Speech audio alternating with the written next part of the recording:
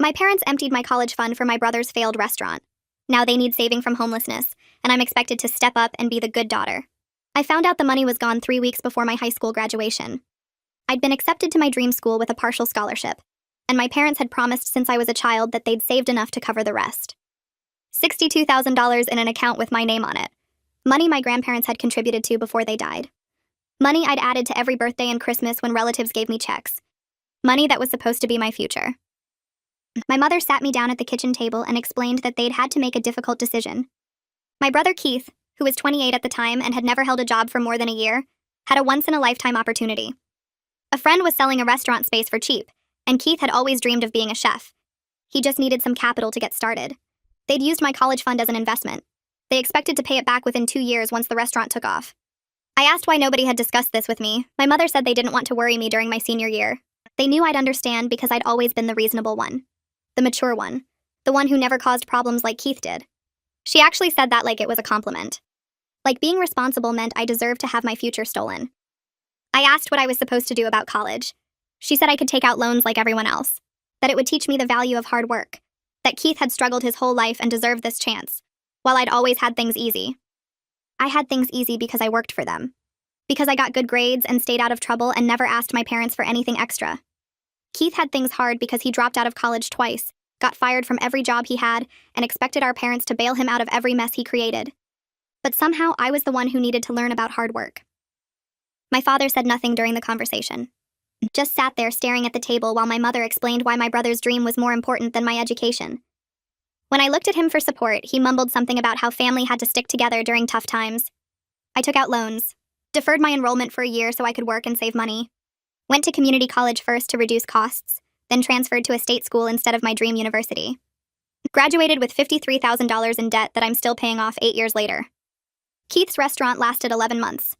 When the restaurant closed, he blamed the location, the economy, the customers who didn't appreciate his vision, everyone except himself.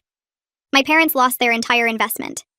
The $62,000 from my college fund, plus another $40,000 they'd added from their retirement savings when Keith said he just needed a little more to turn things around.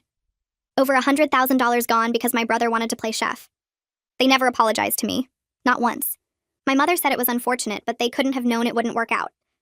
My father still said nothing. Keith moved back into their house and has been living there rent-free ever since. He's 36 now and works part-time at a grocery store. I moved across the country after college, got a job in marketing that slowly turned into a career, paid my own rent, my own bills, my own student loans, built a life with absolutely no help from the family that had promised to support me, and then chose my brother instead. I visited twice a year at most, kept conversations shallow, never stayed longer than a weekend. My parents complained that I was distant, that I'd changed, that I didn't value family anymore. I let them think whatever they wanted. Then last year my father got sick. Nothing life-threatening, but he needed surgery and couldn't work for several months. My mother had already retired, and their savings were gone. The retirement fund they'd emptied for Keith's restaurant. The equity in their house they'd borrowed against to keep the restaurant afloat a few extra months. Gone, all of it. They called me on a Tuesday night. My mother did most of the talking while my father sat quietly in the background, just like he had 8 years ago when they told me my college fund was gone. She said they needed help with the mortgage, just for a few months until Dad could work again. She said they knew things had been strained, but they were still my parents and they needed me. I asked how much. She said $4,000 a month. I did the math. That was roughly the same as my student loan payment, which I'd been making every month for years because they'd stolen my education fund. I asked if Keith was contributing. She got quiet. He was living with them rent-free, working part-time, contributing nothing, and they were asking me, the one who'd been forced into debt because of him, to pay their mortgage. I said no. My mother started crying. I ended the call and sat on my couch staring at my phone. But 20 minutes passed while I tried to process what just happened. My mother's crying still played in my head like a broken record.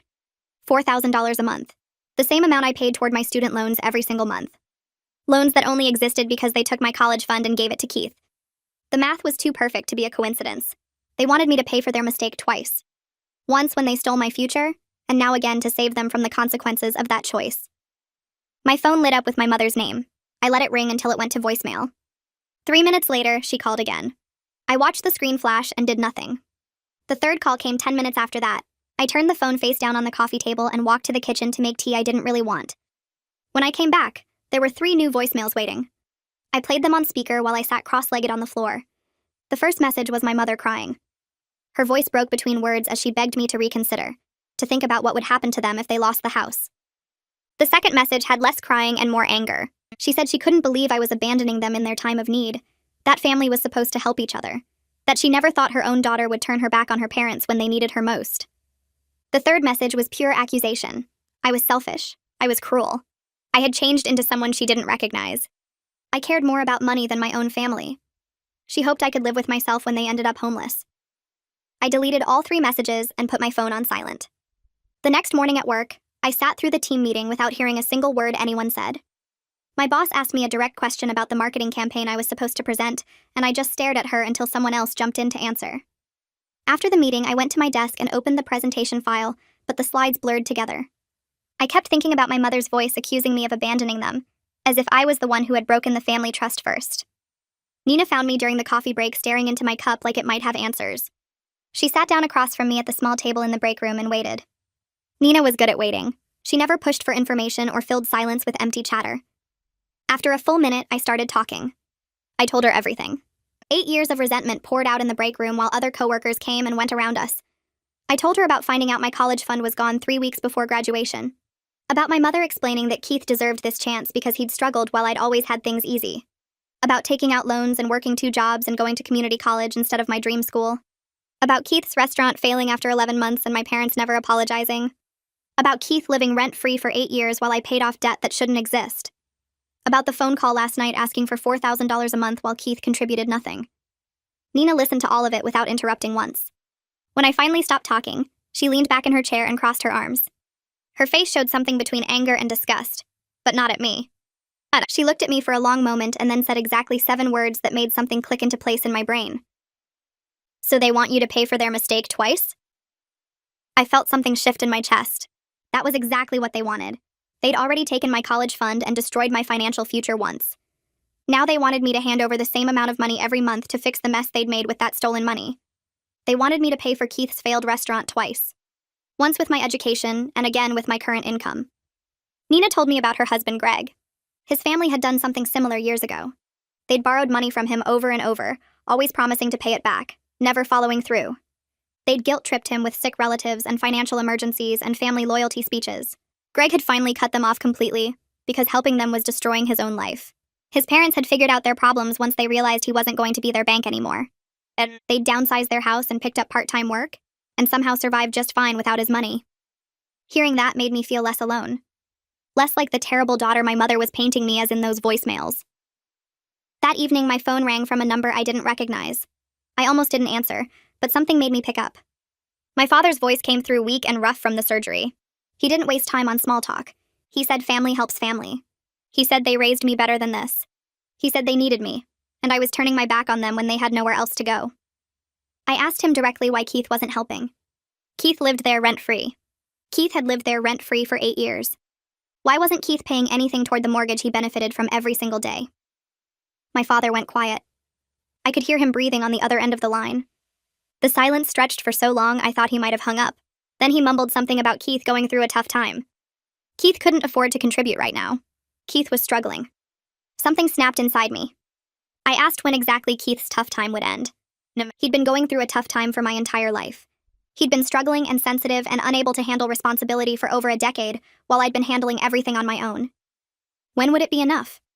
When would Keith have to actually contribute instead of taking? My father's voice changed. He sounded hurt now instead of weak. He said I'd become hard, cold. I used to be such a sweet girl who cared about family. He didn't know what happened to that girl, but he missed her. I hung up without saying goodbye. I went to my bedroom and pulled a cardboard box from the top shelf of my closet. Inside were all my old college acceptance letters. I spread them across my bed and looked at each one. The scholarship offer from my dream school with their prestigious marketing program. The financial aid package that would have covered everything with my college fund. The acceptance letter I'd cried over when it arrived because I was so happy and proud. All of it gathering dust because my parents chose Keith's restaurant dream over my education. I grabbed my laptop and opened a spreadsheet. I started calculating the real cost of their decision. $53,000 in current student loan debt. I looked up the interest rate and payment schedule. Over the life of the loans, I'd pay back almost $78,000, $25,000 in pure interest, money going to banks instead of savings or retirement or a house down payment. Then I tried to calculate the career opportunities I'd missed by starting at community college instead of my dream university. The networking connections I didn't make, the internships I couldn't access, the jobs that wanted candidates from prestigious schools. How much had that cost me in salary over 8 years? Another 50,000? More? The number made my stomach turn. Their decision to steal my college fund had cost me over $100,000 in debt, interest, and lost opportunities. And now they wanted me to give them $4,000 every month on top of that. They wanted me to keep paying for Keith's failure forever. I closed the spreadsheet and stared at the numbers until they blurred. My phone sat on the desk next to my laptop, dark and silent. 2 days passed without another call from my parents, which felt like a small victory and also somehow worse. The silence meant they were regrouping, planning their next move, or maybe just waiting for me to crack under the guilt. When my phone finally rang on Thursday afternoon, I didn't recognize the number.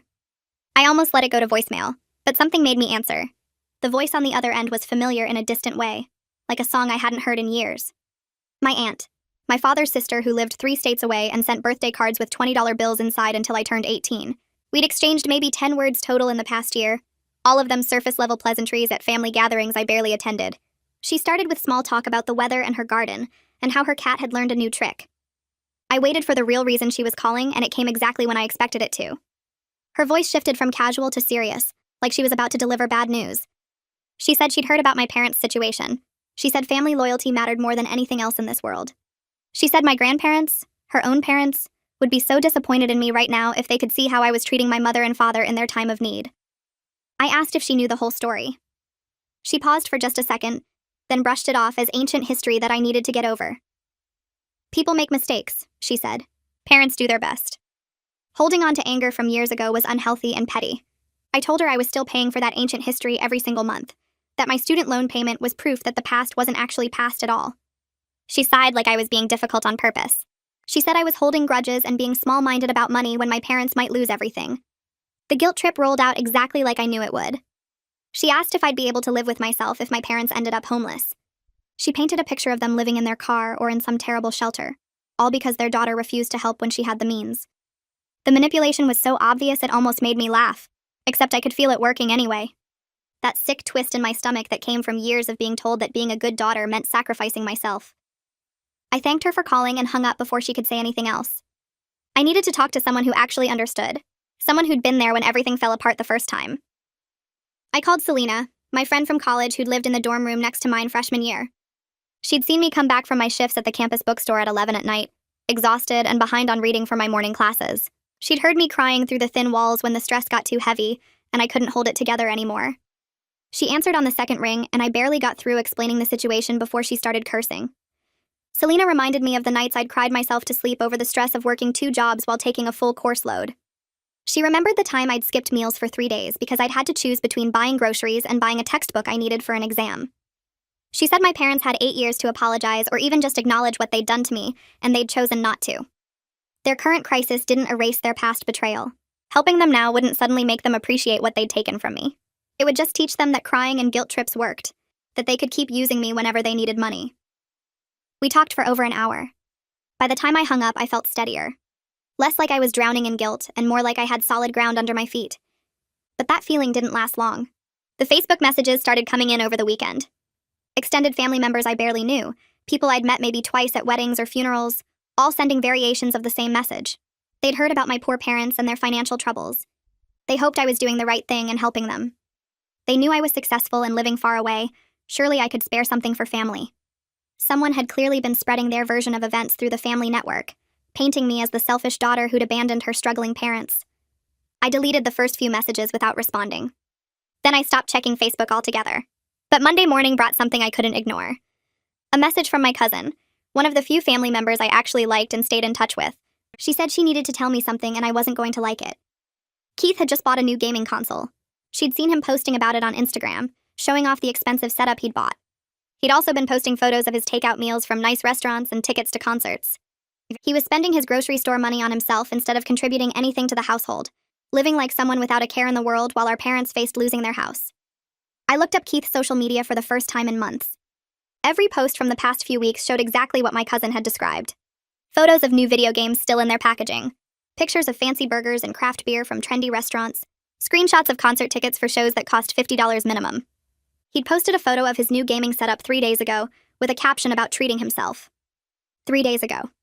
right around the time my parents had called me begging for mortgage money. I stared at the photos until my vision went blurry. Keith was living in their house for free, eating their food, using their electricity and water, and spending every dollar he earned on himself. Meanwhile, my parents were asking me, the daughter they'd forced into debt, to cover their mortgage. The daughter who'd worked 2 jobs through college while Keith played chef with my education fund. The daughter who'd built a stable life without any help from them while Keith had been carried for 8 years straight. Monday morning, I walked into the office and couldn't focus on anything. The client presentation I'd been preparing for weeks felt impossible. I'd practiced it a dozen times, knew every slide by heart, but standing in front of the conference room, I lost my place. I stumbled over words I'd said perfectly in practice. I mixed up statistics and had to backtrack. I could see my boss watching me with concern while the clients exchanged glances. When the meeting ended, she asked to speak with me privately. I followed her back to her office, expecting a lecture about professionalism. Instead, she closed the door and asked if everything was okay. I tried to brush it off, but she kept looking at me with genuine concern, not judgment. So I told her everything. The college fund theft, Keith's failed restaurant, my parents' current crisis, the family pressure campaign. I explained it all in one long rush of words, expecting her to tell me to leave my personal problems at home. She didn't. She leaned back in her chair and told me about her own family. Her brother had addiction problems, and her parents kept enabling him, kept asking her for money to bail him out of whatever mess he'd created. She'd finally had to set hard boundaries and cut off the money supply completely. Her parents had been furious. They'd called her selfish and heartless. But protecting herself financially wasn't selfish, she said. It was survival. Sometimes the people who are supposed to love you will try to drown you to save themselves, and you have to choose whether to let them pull you under or swim away. She told me to take a few days off and get my head straight.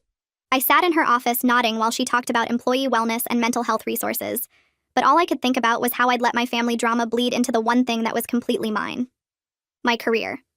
The thing I'd built with zero help from anyone back home. The thing that proved I could succeed without their support or their stolen money. Walking back to my desk felt like moving through water. I grabbed my laptop and told Nina I was taking the rest of the week off. She squeezed my shoulder and said that was probably smart. I drove home in the middle of the day, which felt strange and wrong. The apartment was too quiet. I made coffee I didn't drink and stared at my phone, half expecting another call from my mother. Instead, I opened my laptop and started typing. Not an email, not a work document, just a list. Everything I'd done on my own since the day they told me my college fund was gone. Put myself through community college while working 40 hours a week at a bookstore. Transferred to state school with a partial scholarship I'd earned through my grades, not their help. Graduated with my marketing degree despite working 2 jobs the entire time. Moved across the country with everything I owned in my beat-up car.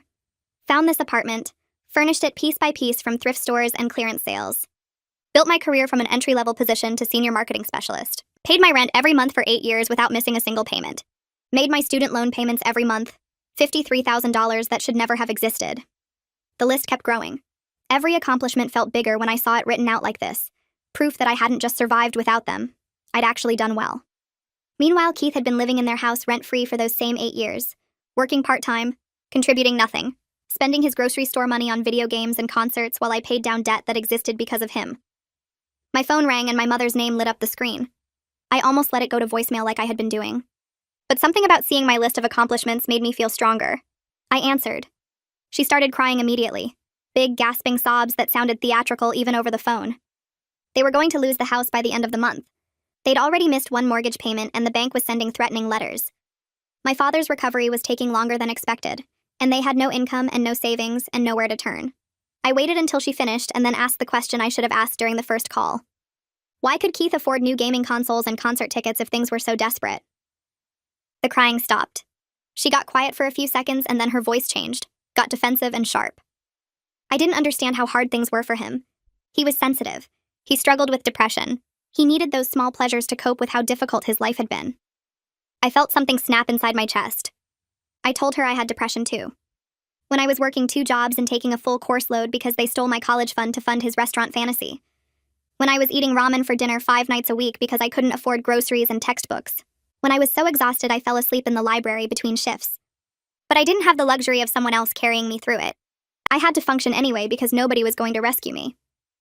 The line went completely silent. Then my mother said I was being cruel. That I was throwing the past in her face when they needed help now. That she never expected her own daughter to be so heartless. I opened my mouth to respond, but she kept talking. My father's recovery wasn't going well. The stress of potentially losing the house was making everything worse. His blood pressure was up. He wasn't sleeping. The doctor said stress could cause serious complications. If something happened to him because of this, could I live with myself? Knowing I had the money to help, but chose not to. I ended the call. My hands were shaking so hard I almost dropped the phone.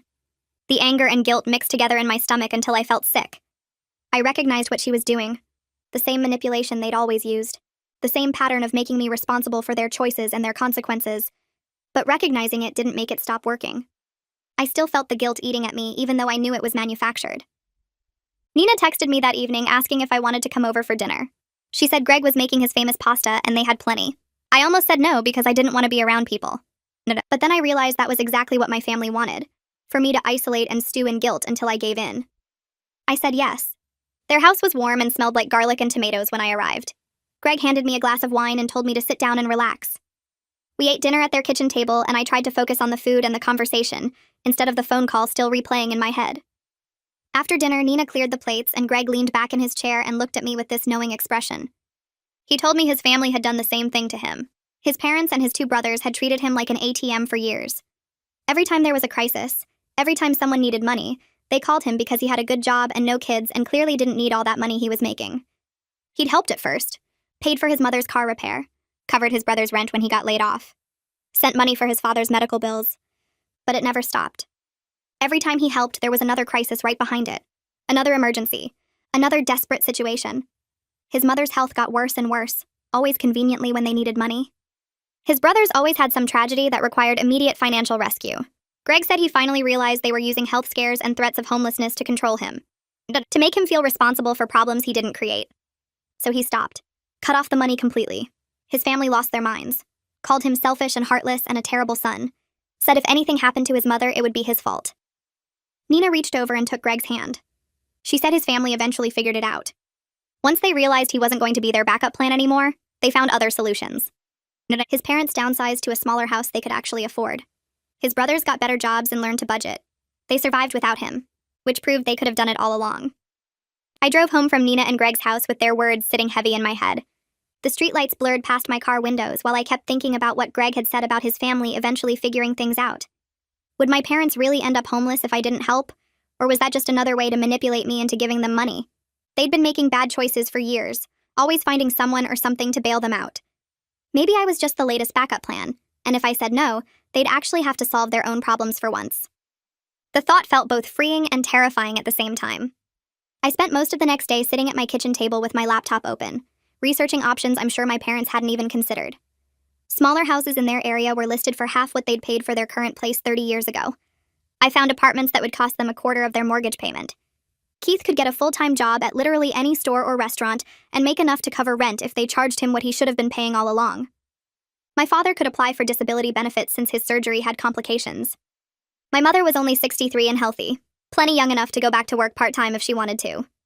I made a list of every possible solution, and not a single one required me to drain my bank account or take on their debt.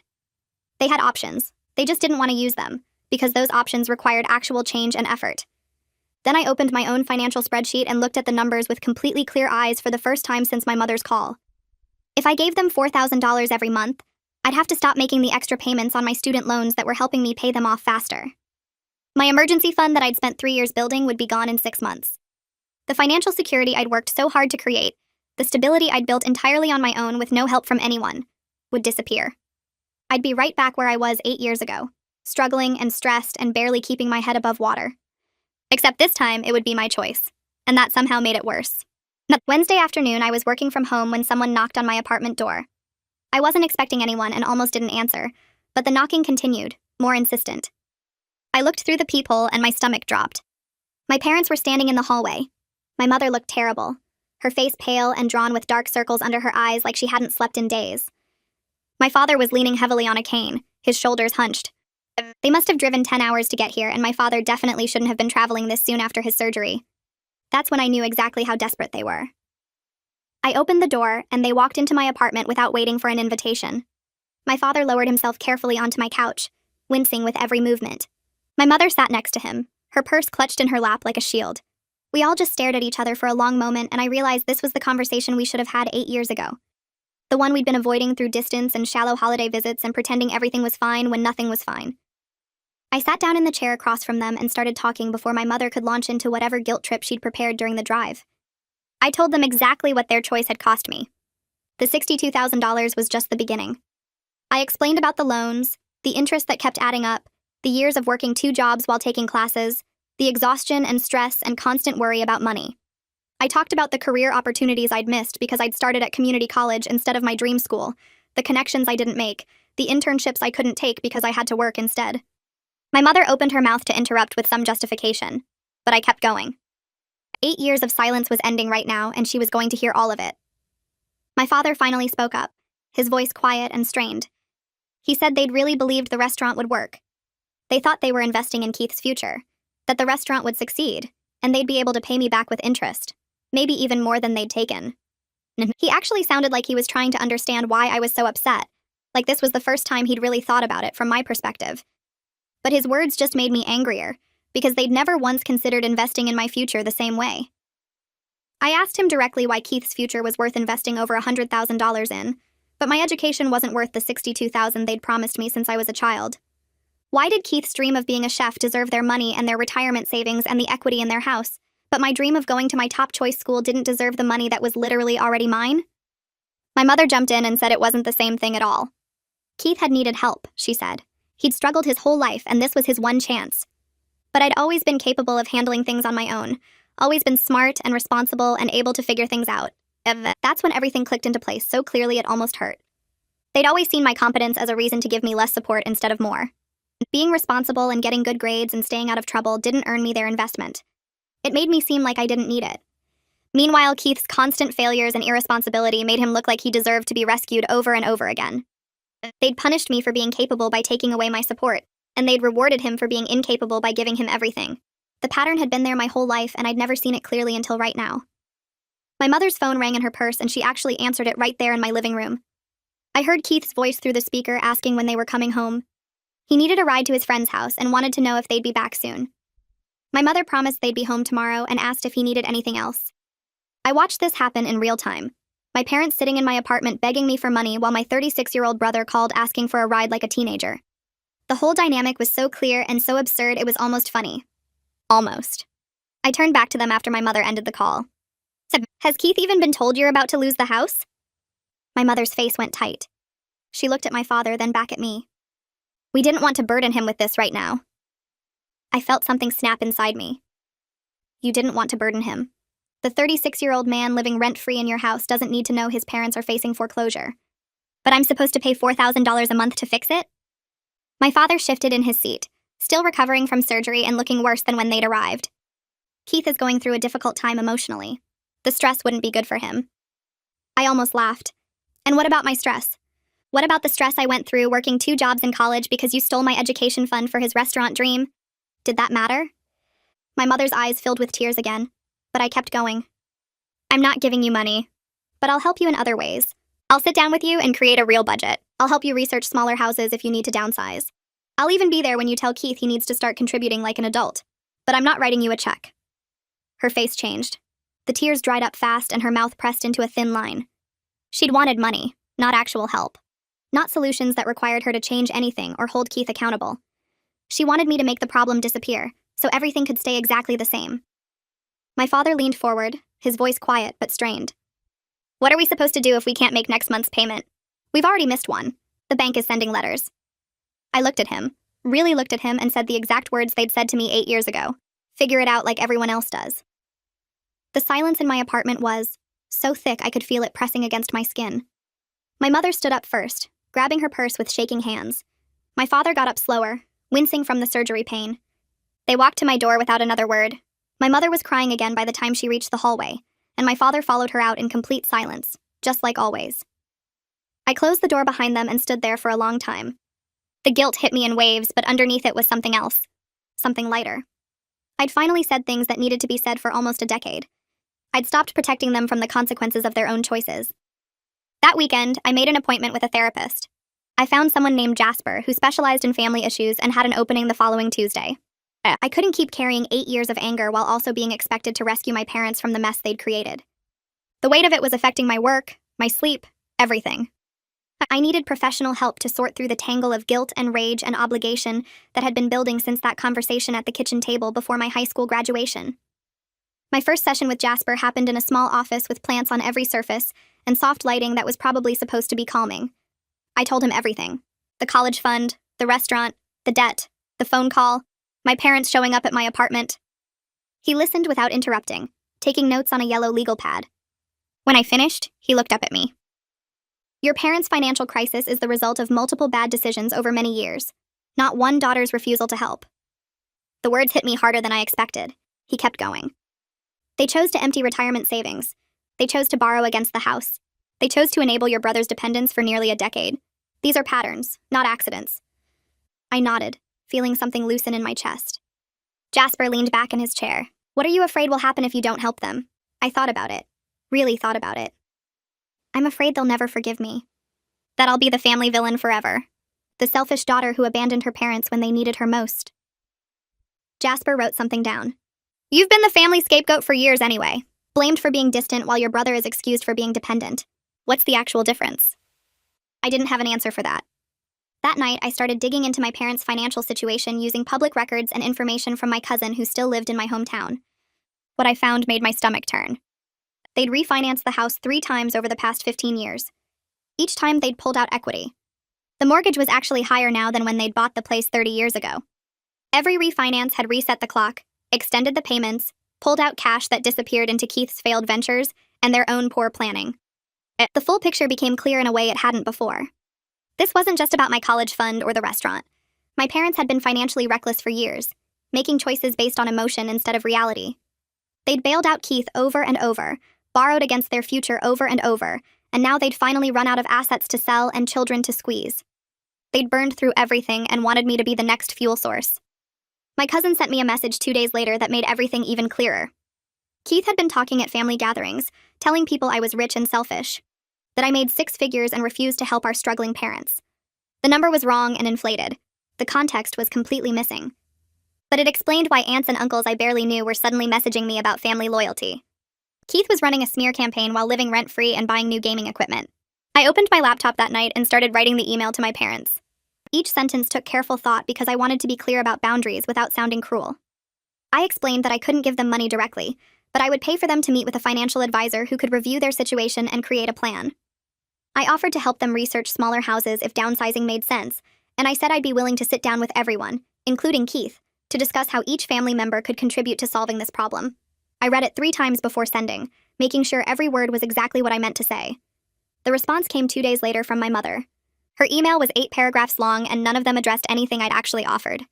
She wrote about how hurt she felt, how she'd raised me to value family, how she never imagined her own daughter would abandon them when they needed her most. She said my father was getting worse from the stress, and that she couldn't sleep at night knowing I was comfortable in my life while they were losing everything. She ended by saying she hoped I could live with myself if something happened to them. I read it twice and felt my hands shaking, but I didn't respond right away. My father's email arrived the next morning. It was only 4 sentences long. He said he understood I was still angry about the college fund situation. He wrote that maybe they should have handled things differently back then. He said he knew I'd worked hard to build my life, and he didn't want to take that away from me. He ended by saying he hoped we could figure something out that worked for everyone. It wasn't an apology, not exactly, but it was more acknowledgement than I'd gotten in 8 years. I took a breath and wrote back to him. I thanked him for recognizing what happened in the past, and told him it meant something that he'd said it. I repeated my offers of help with the financial advisor and the downsizing research, and I said I was willing to help them find solutions, but I couldn't be the solution myself. I wrote that I loved them both, but I couldn't set myself on fire to keep them warm, especially when Keith was standing right there doing nothing while expecting everyone else to carry him. I hit send before I could second-guess the words. Then nothing happened. 2 weeks went by without a single message from either parent. No calls, no texts, no emails. The silence felt deliberate, like punishment for not giving them what they wanted. I had a therapy session with Jasper during the 2nd week, and I told him about the emails and the silence that followed. He leaned back in his chair and asked how the silence made me feel. I admitted it made me anxious, like I was waiting for the other shoe to drop. Jasper nodded and said that was exactly the point. He explained that my parents were using silence as a manipulation tool, trying to make me so uncomfortable that I'd reach out and give in to their demands. He said the silence was meant to punish me for setting boundaries, to make me feel guilty enough to break. We spent the rest of the session working on managing that guilt. on recognizing that their choice not to contact me was just another way of trying to control my behavior. My cousin sent me a message on day 16 of the silence. She said my parents had finally told Keith he needed to start paying rent and get a full-time job. Apparently, Keith had thrown a complete tantrum, yelling about how unfair it was and threatening to move out. My mother was devastated that her baby boy was upset with her, according to my cousin, and had spent 2 days crying about it. I felt a strange mix of satisfaction and sadness reading that message.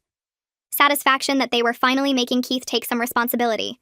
Sadness that it had taken a financial crisis, and my refusal to bail them out before they'd do it. 3 days after my cousin's message, my father called.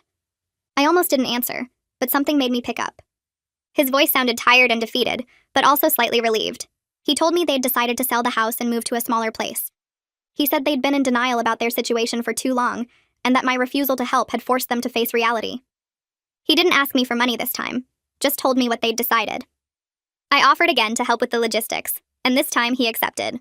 Over the next week, we had several phone calls where I helped them research real estate agents in their area, moving companies and smaller homes they could afford. I sent them links to condos and townhouses, helped them understand what their house might sell for, and walked them through the process of downsizing. The conversations felt different from any we'd had in years, more honest and practical. My father actually listened to my suggestions and asked real questions. My mother barely participated in any of the planning calls. When she did join, she was silent and cold. My father admitted during one call that she was angry with him for giving in to the move. I realized then what had been happening. My mother had wanted me to rescue them so they wouldn't have to change anything about their lives, so Keith could keep living rent-free and they could keep enabling him. My father was starting to see that change was going to happen whether they wanted it or not, that they'd run out of ways to avoid it. Keith did move out, going to stay with a friend who apparently had a spare room. My parents' house went on the market and sold within 3 weeks. They found a small 2-bedroom condo in a complex for people over 55, and the mortgage payment was less than half what they'd been paying. Suddenly, their financial crisis was solved without a single dollar from me. They'd had options all along. They just hadn't wanted to use them while they thought I might cave and become their safety net. The email from my mother arrived on a Tuesday afternoon, 3 weeks after they'd moved into the condo. The subject line said, "Update," and the message was 2 sentences long. They were settled in their new place and everything was fine. No thanks for the hours I'd spent researching agents and helping them plan the logistics. I read it twice, looking for something that wasn't there, some acknowledgement of my help or even a basic expression of gratitude. Nothing. Just cold information delivered like a weather report. I deleted it and went back to work, feeling that familiar mix of hurt and relief. My father called that evening while I was making dinner. His voice sounded different, lighter somehow, and he actually thanked me for helping them through the move. He admitted the downsizing was something they should have done years ago, that living in a house too big for them with payments they couldn't afford had been foolish. It was the closest he'd ever come to saying they'd made mistakes, and I had to sit down because my legs felt weak.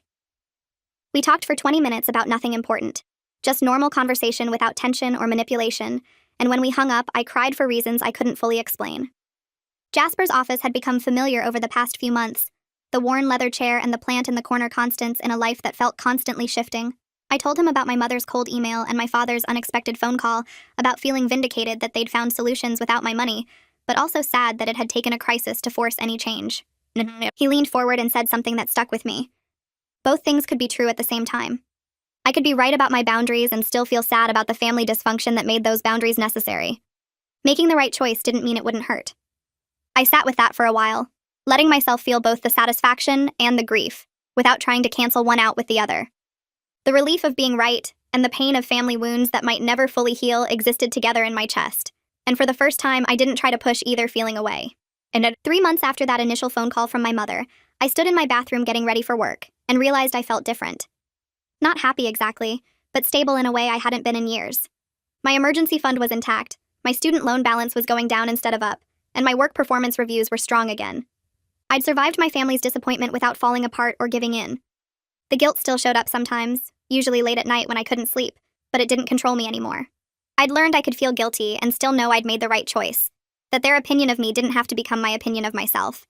My parents had found their own solutions once they realized I wasn't going to be their backup plan, which proved they'd had options all along. Keith was living with a friend and actually working full-time now, according to my cousin, forced into responsibility by circumstances instead of choice. The crisis had resolved itself without a single dollar from me, and I was still standing. My relationship with my parents looks different now than it did before the phone call. We talk maybe once a month, surface-level conversations about weather and work that don't go deeper than safe topics. My mother still hasn't thanked me for helping with the move and probably never will. too proud or too angry to acknowledge that I was right about them having other options. My father sends occasional text messages, usually just checking in or sharing a photo of something random, and I respond, because those small connections feel genuine in a way our relationship never has before. I've accepted that I can't make them see what they took from me 8 years ago when they emptied my college fund. I can't make them understand the years of struggle and debt and lost opportunities their choice created, but I also don't have to keep paying for their mistakes, financially or emotionally. Some family wounds don't heal cleanly, the scar tissue thick and visible even years later. At least I'm not bleeding anymore while trying to bandage theirs, not sacrificing my own stability to prop up people who've never apologized for stealing my future. The distance between us is honest now, built on reality instead of obligation, and I'm okay with that.